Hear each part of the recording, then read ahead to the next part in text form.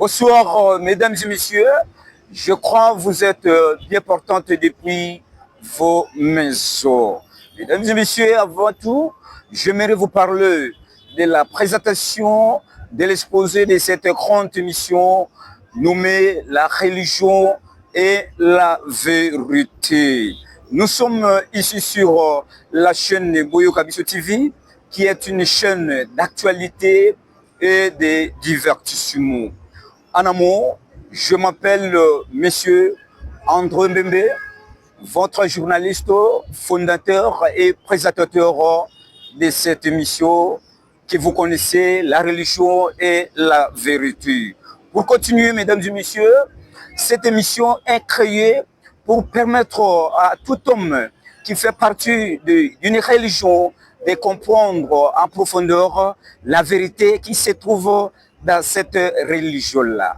Parce que, oyebi, okoki kokende kokota na kati ya religion te, soki oyebi nanu te, solo to vérité oyo ezwami na kati ya religion wana te. Sinon kosimba bisimba simba.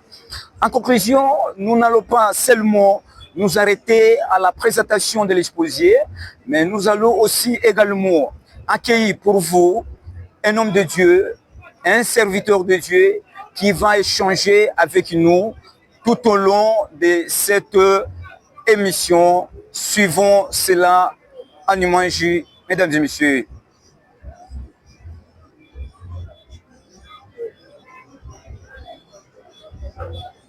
Voilà, nous sommes encore de retour sur ce même plateau de la religion et la vérité qui est votre mission, mesdames et messieurs. Je crois que mon invité Nabiso, Yamukolo Mwalilo, Yewana, bonsoir Moutuna Zambe, Jacques Bofola. Bonsoir, messieurs les journalistes. Voilà, Tomoni yo na plateau Nabiso, ya Boyo Kabiso TV, oyo is spécialisé na ba espace ebele, mais yo lelo oye kufungula. Rideau pour une grande émission Ebengami, la religion et la vérité. Je crois que caméra ezali bosonayo o se présenter o tel sabatu wapi o type nini yo uzakosala na kati ya domaine yo. Shalom bana Zambe, sika bozali. Nous nazali frère Jacques Foula, naza ministre missionnaire na assemblée chrétienne. Sika bozali.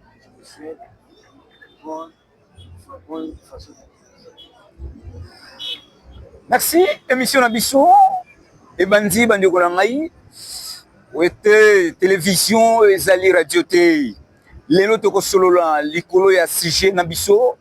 Oyo to bengi yango les fondements du message de William Mario Branham. Alors, liboso esengeli to yeba nanu parce que to yoka trop pe batu balobela yango trop, mais lelo bana mboka batindi recommandation na bango, batindi message na bango pour que totuna ndeko Jackie William Branham azali nani pe mission na ye na mokili ezalaki nini. Ok, merci beaucoup papa journaliste pour la question na yo. Waka nengo tikoloba na introduction de mwana na Nzambe ava akuta na religion moko esengeli ayeba religion yango banda wapi nani yango amema religion yango doctrine yango eza basé sur quoi ava oadere na église moko te parce que oyo moto azosala akosambisa na sile base na yango. Alors mpona question na yo nani yango William Mario Branham azali prophète majeur la génération oyo parce que nous avons un âge de l'église de l'Odyssée et puis dans chaque âge de l'église pendant la Éphèse dit dans l'Odyssée Nzambe atindaki un messager un prophète un porte-parole pour la génération parce que Bible lobby eloko likambo moko ekomaka na mboka te saki Nzambe amonisa yango epana basali na ye baprophète basakoli. Donc la génération na bâton 5 autres ministériels mais muto aza ko porter étendard ya génération ezali les prophètes messagers. Alors pour la question de ngai mission ya William Mario Branham ezalaki nini? mission ya William Mario Branham eza biblique. Ce qui tozongi na sima awa na mukanda ya Malachi chapitre 3 chapitre 4 tozui verset na yango ya 4 elobi boye. Souvenez-vous de la loi de Moïse mon serviteur, auquel j'ai prescrit honorable pour tout Israël, des préceptes et des ordonnances. Voici, je vous enverrai Élie, le prophète, afin que le jour de l'Éternel arrive. C'est un jour grand et redoutable. Oyo eza Jésus, mutoyo azopesa biso prophétie. Alors je vous enverrai. Je wana ezali pronom personnel sujet. Ye moko le très haut. Alors nakoti de la bino les prophètes avant que ce jour-là arrive. C'est un jour grand et redoutable. Alors au jour wana n'est rien autre que l'enlèvement. Oyo Nzambe azakuluba. Alors il ramènera les cœurs des pères à leurs enfants et les cœurs des enfants à leurs pères, des pères que je ne viens de frapper le pays interdit. Alors à côté de la bino, le prophète Élie, il y a pour ramener mitema na bani pa na batata. Avec na peta, le pays est interdit. Yoka mission na verset 6. Il ramènera les cœurs des pères à leurs enfants et les cœurs des enfants à leurs pères, des pères que je ne viens de frapper le pays interdit. Donc, mission il y a William Mario Branham, mission il y a Malachi 4.4, et ça pour ramener mitema ya bana epa na batata, ya batata epa na bana, liboso ete mokolo na kole koma oyo ezali enlèvement. Yango ezali mission ya Malachi 4. Monsieur Jacques, ozali mutu na Nzambe, je crois ezali premier propos na yo oyo soulevé na kati ya émission oyo. Deuxième question na biso ezali boye. Robi Branham azali prophète de temps de la fée. Mais bokesi nini différence nini ezali kati ya prophète Branham pe na ba prophète misusu lelo oyo batindami na mokili. Et ensuite la plupart des gens batunaki qui totuna yo mutuna que sur réellement Branham azali le prophète du temps de la fée réellement kombo na ye et komama place nini na kati ya Bible. C'est-à-dire otia liboso bokeseni o ezali kati ya Branham na ba prophète misusu. Et ensuite kombo ya Branham si réellement azali prophète majeur kombo na ye komami wapi na kati ya Bible. OK. Omoni na 5 dons ministériels, Nzambe abengi liboso apôtre, abengi ba pasteur, ba évangéliste, ba docteur et puis na ba prophète. Alors, nous avons deux sortes de prophètes. Nous avons des prophètes mineurs, nous avons des prophètes majeurs. Alors, le loi n'a pas dit que nous avons des prophètes. Mais le loi a quel type de prophète? C'est ça, parce que le loi n'a pas panneau publicitaire, n'a pas chaîne télévisée, n'a tout ça. Au moins, on a un prophète, il a un prophète. Mais il faut y avoir dans quelle catégorie de prophète. Parce que la différence est très importante. C'est que pas tout va y avoir. Nous avons dit que le prophète. Le prophète est nul. Na deux types de prophètes. Nanyango a prophète mineur, nanyango a prophète majeur. Un prophète majeur d'abord. C'est-à-dire prophète oyo aza pour la génération mobimba.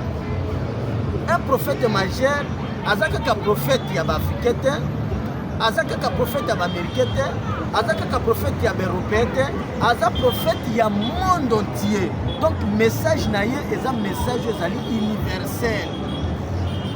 Universel. Et puis Nzambe azaka utilisé d'une manière extraordinaire.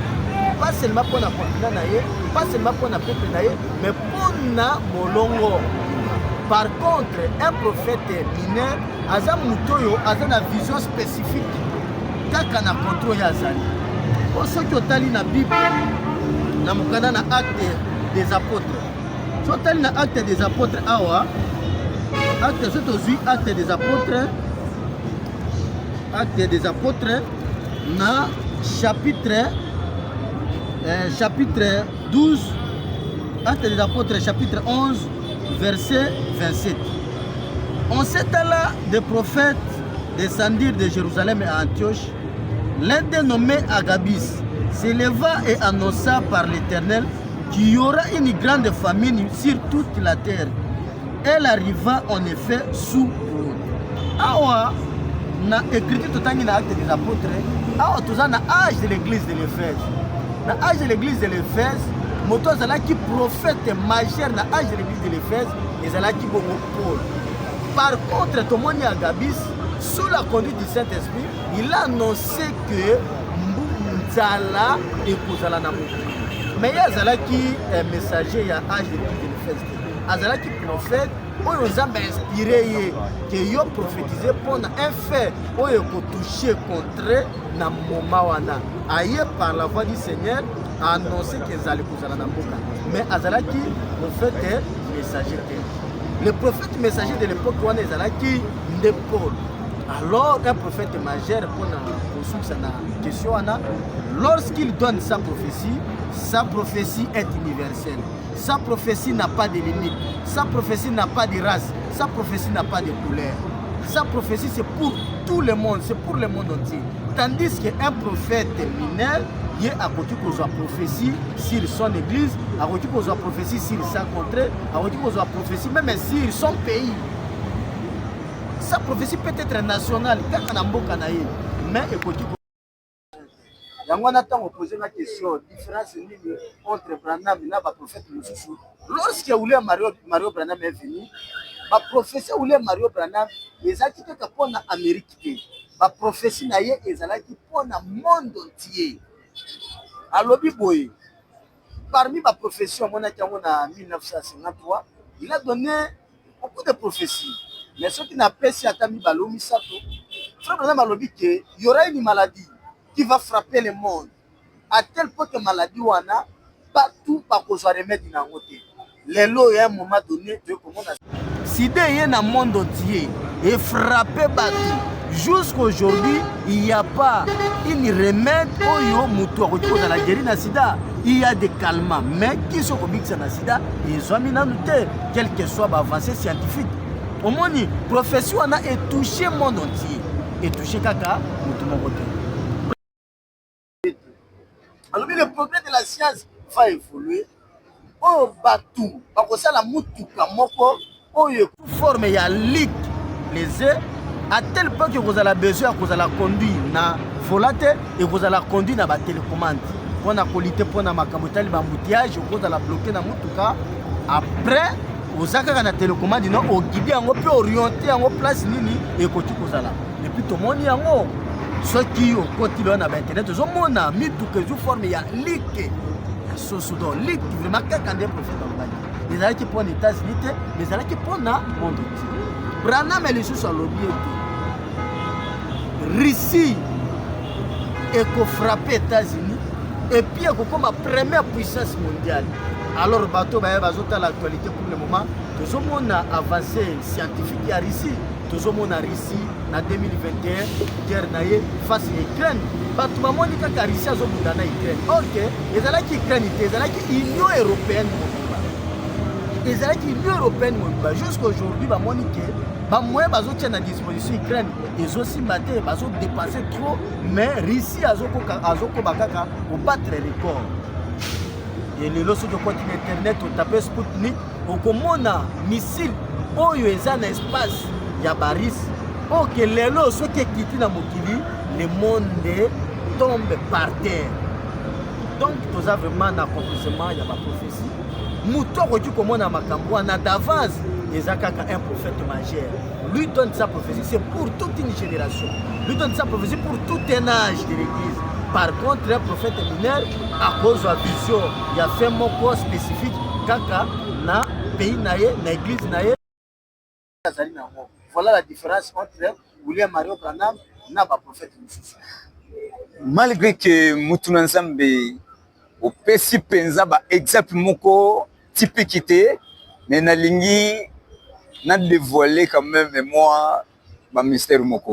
Pour na yo, d'après yo, na autant quelques prophètes na Congo, mais prophète Deniles, bien un prophète des nations, pe mutinye so ebi ongo, ba prophète Edina Bala, ba prophète Simo Kimbangu, au catégorie ya ba prophète wana. D'après yo okoki otie bango na classe nini? Merci beaucoup pour la question, papa journaliste. Catégorie ya ba prophète oyo tani wana. Denis Lesi, Edina Bala, Simon Kimbangu. Baza ba prophète baza reconnu. Mutu na mutu azopesa prophétie pe ezokopesa. Yango na yebisa kiyo awa ete. Vous avez deux types de prophètes. Mineur na manger. Simon Kimbangu aye na Congo. Apesi prophétie na ye. Oyo batutu ba yebi. Mais prophétie na ye eza kaka pona RDC. Prophétie na ye eza universalité. Lorsqu'il a parlé de la RDC, alobi pona ba européen, pona ba américain, alobi pona ba asiatique, alobi kaka ete mundele akokoma muindo. Nous n'avons pas de spécifique pour les Congolais. Mais ça n'a rien à voir avec les Brassavillois, ça n'a rien à voir avec les Canadiens, ça n'a rien à voir avec les Américains. Les Américains ont alors Moutou a en Amérique. Ce que l'Ingi a convaincu que Andy ma message à Simon Kimbangu sur base de la prophétie. Quelle prophétie? Oh, il est vraiment pour la prophétie. Tala oh, il y a un vrai prophète. Et tant qu'on peut dire que le Congo n'est pas le monde entier. Le Congo c'est un pays. Des monde entier. Mais ma profession on a pesi. Trois prophéties à faire là. Comment dire ma profession on a ezakaka pona Amérique té. Ma profession ezakaka pona ba Américain bango moko té. Ma profession on a ezati lelo yo na. Donc ma prophète est mineur, il faut pas reconnaître que la génération moko nous allons kaka na prophète majeur moko. Yé azali parole autorisée ya génération. Ba prophète mineur bazo puiser force na bango panaye et puis baza on travailler pour l'avancement du royaume. Bon yo tangi bango na baza ba prophète mineur baza ba prophète majeur. Na génération moko ezala kaka na prophète majeur moko parce que nzambe na génération moko à travers kana deux têtes. Parce que lorsqu'il y a deux têtes il y a deux opinions. Donc nzambe na génération moko à travers kaka na génération moko. Na ekeke ya Noé atindaki Noé kaka ye moko. Na période ya Moïse atindaki Moïse kaka ye moko. Na temps ya Jean-Baptiste atindaki Jean-Baptiste kaka ye moko. Na âge de l'église de la Odyssée, il n'y a qu'un seul prophète, son nom c'est William Manoa. Mutu nzambe to sa komona makambo ebele na monde ya message de la fait de loup. Oyo même to bandaki pour passer dans mutu. Il y a tant de choses. Malgré que l'on dit que Vanam Azali prophète majeur d'état de la fée, mais tout l'ingi tout y est bon, quelque chose est chouchou. Vanam Fomo, le prophète majeur, petit message à cet état de la fée des animaux. Petit Branham Nathan de la fin, ils ont préparé Batou. Na enlèvement parce que liloba na nzambe eyaka kaka nzela na baprophète baserviteur. Alors Bible awa soki tozo ava aya na mokili bisakole sakola maki ya Isaïe soki otali Isaïe chapitre 40 Bible eza koloba mpona Eli. Eli oyo lobi na Malachi 4 eza esprit ya puissance. Pe mikolo koya to ko démontrer lolenge nini esprit Eli eza ko se manifester. Esprit de Eli oyo boye avant naissance ya Jésus esimbaki mosakoli moko komona ye Jean-Baptiste. Jean-Baptiste aye liboso Jésus Christ aya. Okoti ko kamwa pourquoi Jésus ye moko liboso botama il fallait ye moko amiteya non. Non.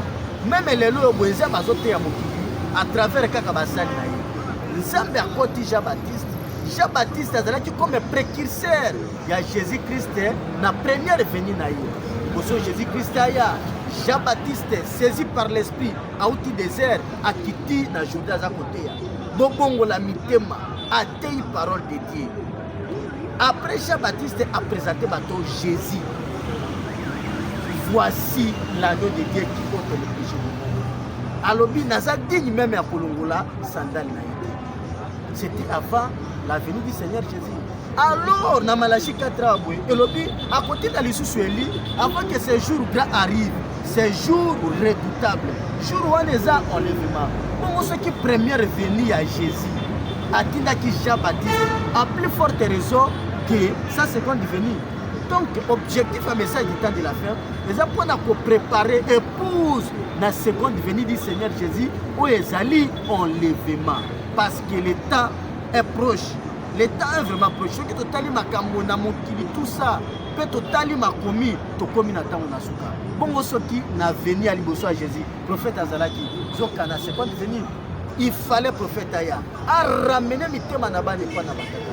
Pourquoi? Parce que après l'Iwa ya derniers apôtres, battait mon nom de Jésus-Christ Azalaki ont courbé.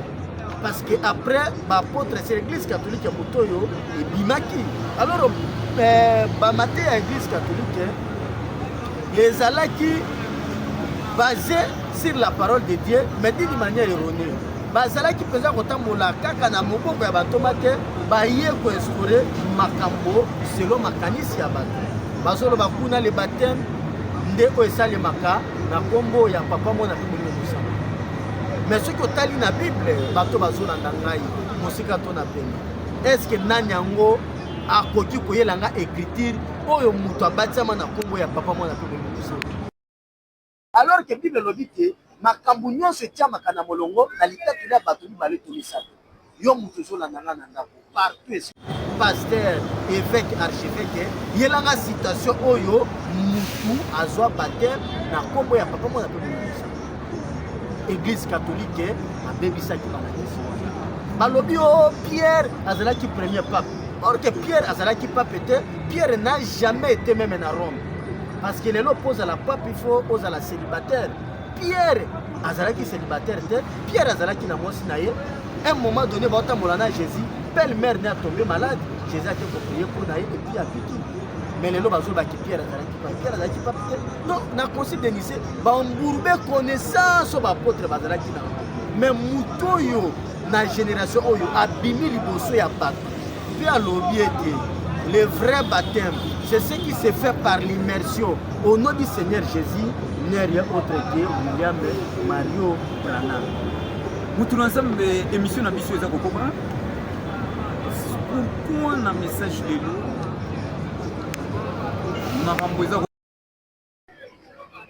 à tout moment, Boutou le Koulamouy. On a nini, bah. Je suis pendant qui pendant le gros prophète. Mais les lots, pendant le bon abino, Azali sous prophétité. Au premier quoi adorer le col ensemble, na kati, y a pas église nabino, y a message titan de la fée. Pour nani adoration. Il y a Batou, Naïsika, il y a Jésus. Et ensuite, pour expliquer Banamboka, slogan Oyo, et le Bamé, la pastel il faut que Ranami ou rien. C'est-à-dire, le logo Moko, vous allez qu'il y ait un mot, mais vous comprenez qu'il peut être raté au départ. Mais na souka bouillé. Vous avez quand même la révélation et comprendre, voilà, les lots. Ranami toujours qui est le rôle la prophète. Mais pour l'instant, Azal est sous nani. Sa politique a commis des émis Jésus. Expliquez le son. Merci beaucoup, journaliste, pour la question posée. Message. Lorsque beaucoup de gens embrassent une doctrine, il y aura toujours des divergences sur le point secondaire de cette doctrine. Ce qui va tout révéler, bayambi likamo, ba divergence. Bible oyo, cette Bible oyo, ezaka kamoko. Mais tout ça, on a plus de 400 églises. Pourquoi? parce que mutu na mutu azoluka ba interprétation particulière. Et puis Branham moko alobi que message ebebaka kaka soki messager na yango azali. Soki messager azali, messager wana à côté ya liloba, messager wana à lutter contre banti valeur, messager wana à kosala tout pour que message na ye ezala na pureté. Mais soki messager azate bato balandi message, bato bayaka sima mingi bateyaka message kaka lokola messager te, bateyaka message sur base na interprétation na bango. Toye awa na tina ya adoration. Problème ya adoration, eza problème oyo e bandi même na temps ya ba apôtre. Toza awa na apocalypse, toza na apocalypse nango, toza na apocalypse chapitre 21. Toza na apocalypse chapitre 22 verset 8. Bible le Bible. C'est moi Jean qui ai entendu et vu ces choses. Et quand j'y attendu et vu, je tombe l'ange qui me le montrait pour l'adorer. Awa eza Jean na île de Patmos. Na île de Patmos, Jean azalaki na ba moment très difficile. Ok non, ba moment ki ba apôtre ba siye bango, ye a se retrouver na île de Patmos pour na kokima persécution na tina na ye. Alors tant akomi kuna Nzambe akutani na ye. Alakisi ye makambo. Sotali Apocalypse, livre des symboles. Dieu a beaucoup parlé sur l'Apocalypse, sur les choses qui doivent arriver à travers un ange.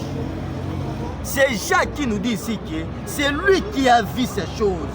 Ce n'était pas une autre personne, mais c'est moi qui avais entendu et vu ces choses sous ses yeux. Et quand il a vu tout cela, quand il a vu les degrés de dimension oyo ange wana bande komonisa ye, akamwaki alobi, j'ai tombé au pied de l'ange qui me le montrait pour l'adorer. Habita omoni makambo wana ndenge ange aza kodémontrer ba cette tonnerre, tango ange aza kodémontrer ba cette eau, tango ange aza kodémontrer ba cet âge de l'église, tango ange aza kodémontrer ba millénium, tango aza kodémontrer enlèvement. Alors il voulait tomber pour adorer l'ange qui lui montrait ces choses-là. Algaka Fukabila ange wana yoka kasi ange. Mais il me dit, garde-toi de le faire. Je suis ton compagnon de service et celui de tes frères les prophètes et de ceux qui gardent les paroles de ces livres. Adore Jésus. Alors ça n'a pas de compagnon de service na yo na l'Éthiopie ne loko moko te, mais na mystique pona kolakisa yo makambo ya na ko na mokili kasi yo adorer Jésus. Jésus aza l'homme du moment. Jésus bokonzi na eza na sukate eza ne bandete ko na sukate muto tokoki ko adorer eza kaka le Seigneur Jésus. Peu importe dimension à révélation za ba ko kolakisa yo, peu importe ba miracle ko kosala, peu importe façon na ba ko utiliser yo, mais adoration ezaka kapona muto yo suki pembe et bakala muto na ye comme na ye le Seigneur Jésus, l'ancien des jours. Donc c'est lui qu'on doit l'adorer. Mais l'esprit d'adoration ezaka na bato.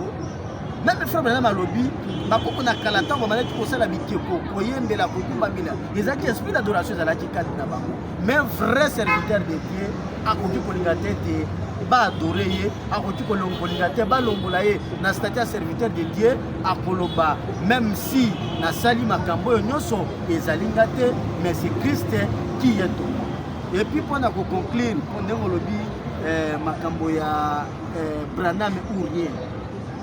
Branham ou rien, les expressions oyo etambolaki na monde ya message.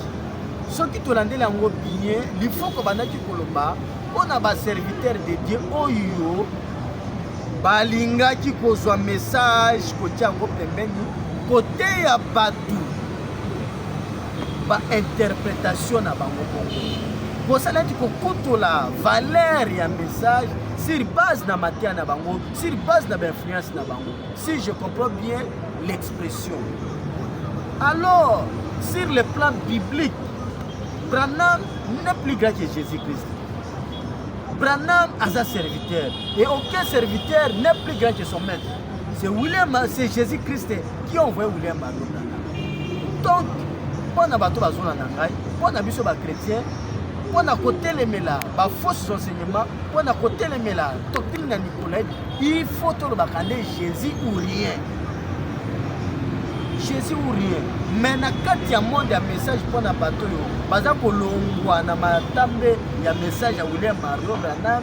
Là, il faut interpeller bango que pour nous, Branham ou rien. Parce que William Marion Branham a l'objet que ceux qui vont croire en qui n'a pas prophète pour interpréter ma bête ma. Donc un vrai serviteur de Dieu, oyo andimi message ya William Marion Branham, il faut à répéter bande oyo William Marion Branham a dit. Donc c'est un peu ça. Tout ça vers la fin de l'émission Nabiso. Aux Akolanda Nabokebi Nyoso à propos Maloba ya Mutuna Nzambe Jacques Bofola. Je crois oyo ezali presque dernière question oyo Mutuna Nzambe azali ko répondre na ba téléspectateurs Nyoso oyo baza kolanda biso tutolo ya émission oyo. Mutuna Nzambe question ya soka na biso ezali si un prédicateur, un serviteur de Dieu pris sans sa mort, Nzambe a l'obélié, qui l'engue aux awana, musala na yo na mukini, mission na yo na mukini, et commis na souka, na ko travail juste na yo. Et que celui-là annonce au peuple de Dieu, makambo yo Nzambe a lobi na yeke, azali susu na exercicité, ok. Alors celui-là, tout va analyser ou qualifier le là un frère serviteur de Dieu parce que Dieu lui a parlé, ou soit pour soigner le là un marabout ou un féticheur. Ok, merci beaucoup pour la question. La question sabato azola nanga awa ete mwana na Nzambe mosali na Nzambe akufaka te. Bible lobi mo Kristo oyo andimi Kriste lokola nkolo mpe mobikisi na ye akufaka te. Bato bakoki kolela, bakoki kokunda ye, me mpona mo Kristo akufi te me akende kopema. Epi koloba ete mosali na Nzambe soki apredire liwa na ye eza signe ya kisi, signe ya bongangasi, tout ça. Non, non plus. Mon Christ a Santa Kaliwana avant Koufa. Mais pas dans tous les cas. Pas dans tous les cas. On a un roi chapitre 2, verset 1er. David approcha du moment de sa mort et il donna ses ordres à Salomon son fils en disant: je m'en vais par les chemins de toute la terre. Fortifie-toi et sois un homme. Ah oui, ça David. Quand on moni que ta liwa na ye komi pembeni. Abengi mwana na ye Salomon. Pour na kopesa ye protocole dans le Testament.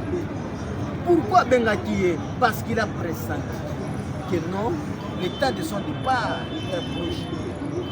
J'avais suivi un pasteur de renommée. Pasteur Baroud, comment il a su sa mort? C'est que Pasteur Baroud, Aza magicien, avec le sort. Namoni,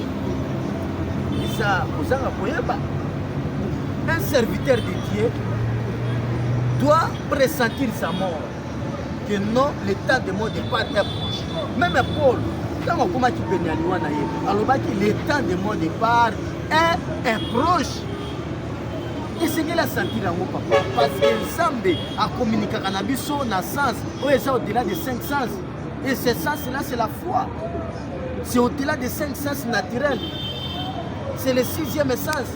Alors, nous avons contact.